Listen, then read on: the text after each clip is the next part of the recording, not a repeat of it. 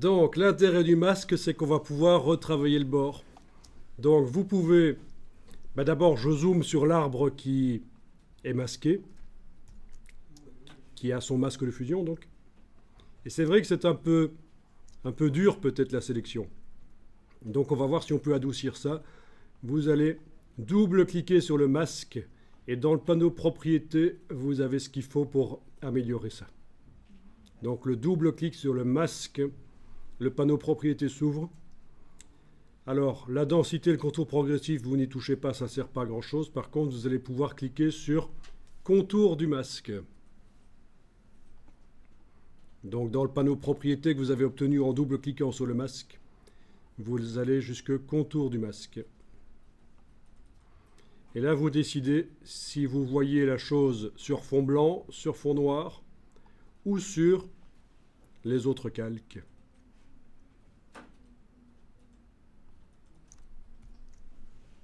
Donc je vais choisir sur calque, comme ça je vois mon arbre dans son décor.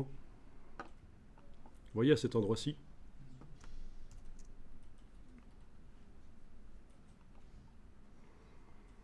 Bien, et là il faut tester.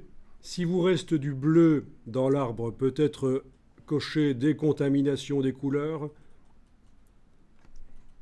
et augmenter le curseur. C'est vraiment du cas par cas.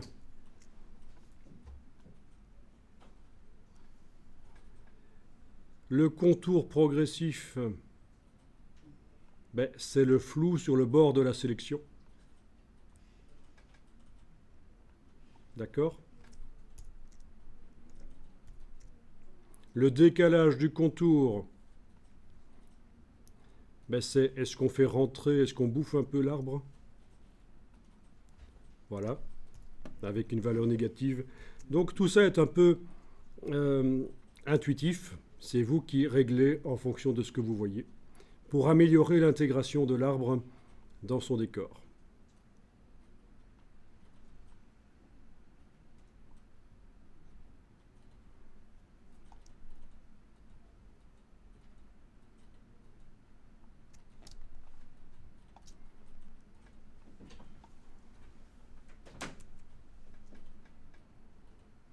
Oui, il y a même possibilité d'aller travailler à la brosse pour améliorer le contour à certains endroits.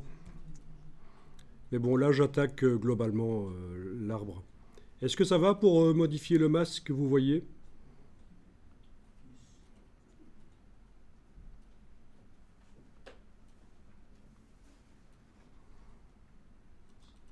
Donc ça bouffe quand même de la ressource informatique. Ça demande d'avoir une carte graphique qui permet de changer les choses rapidement quand même. Hein.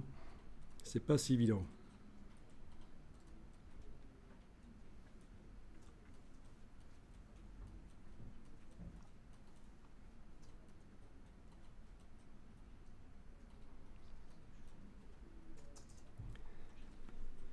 Ok, sortie vers nouveau calque avec masque de fusion. Je clique sur OK et j'obtiens dans la palette des calques un nouveau calque. Le précédent a été désactivé, il n'y a plus d'œil en face.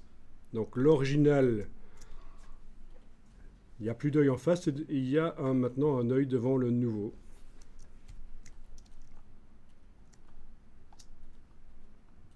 Donc ça c'est l'ancien que je viens de réafficher. Et ça c'est le nouveau.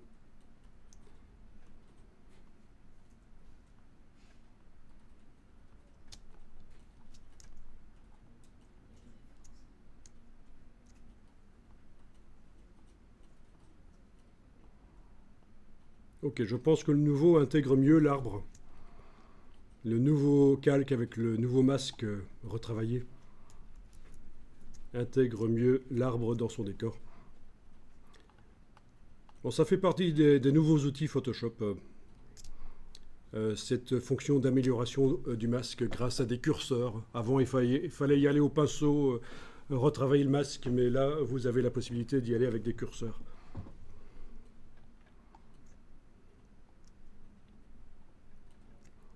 Alors, vous positionnez l'arbre dans le décor et nous allons faire une ombre projetée. Donc il faut que qu'il y ait la place pour aller mettre une ombre de l'arbre qui va se projeter sur le sol. Et nous allons faire une ombre réaliste, parce que nous ne sommes pas des nains de jardin. Donc, d'abord, des ombres, il ne faut pas nécessairement faire des ombres projetées pour que ce soit réaliste. Parfois, des ombres sous les objets, c'est suffisant. Une bête ombre, rapidement faite. On verra comment on les fait. Mais s'il nous faut faire une ombre projetée, on va faire en sorte qu'elle soit réaliste, c'est-à-dire qu'au plus on s'éloigne de l'objet, au plus l'ombre est loin de l'objet, au plus elle est floue. Comme ça.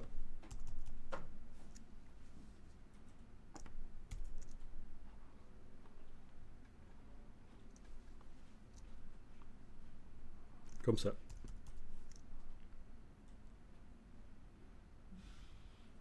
Au plus c'est éloigné du sujet, au plus c'est flou. Bon, là, c'est un photomontage sympa.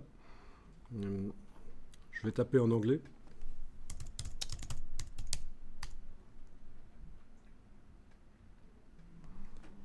Et alors, au plus ça s'éloigne de l'objet, au plus ça devient aussi parasité par la lumière ambiante.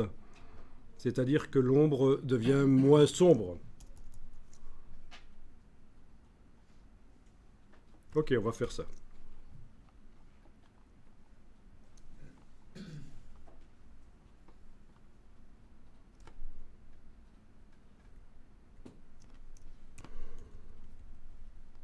Au plus ça s'éloigne, au plus ça devient parasité par la lumière ambiante.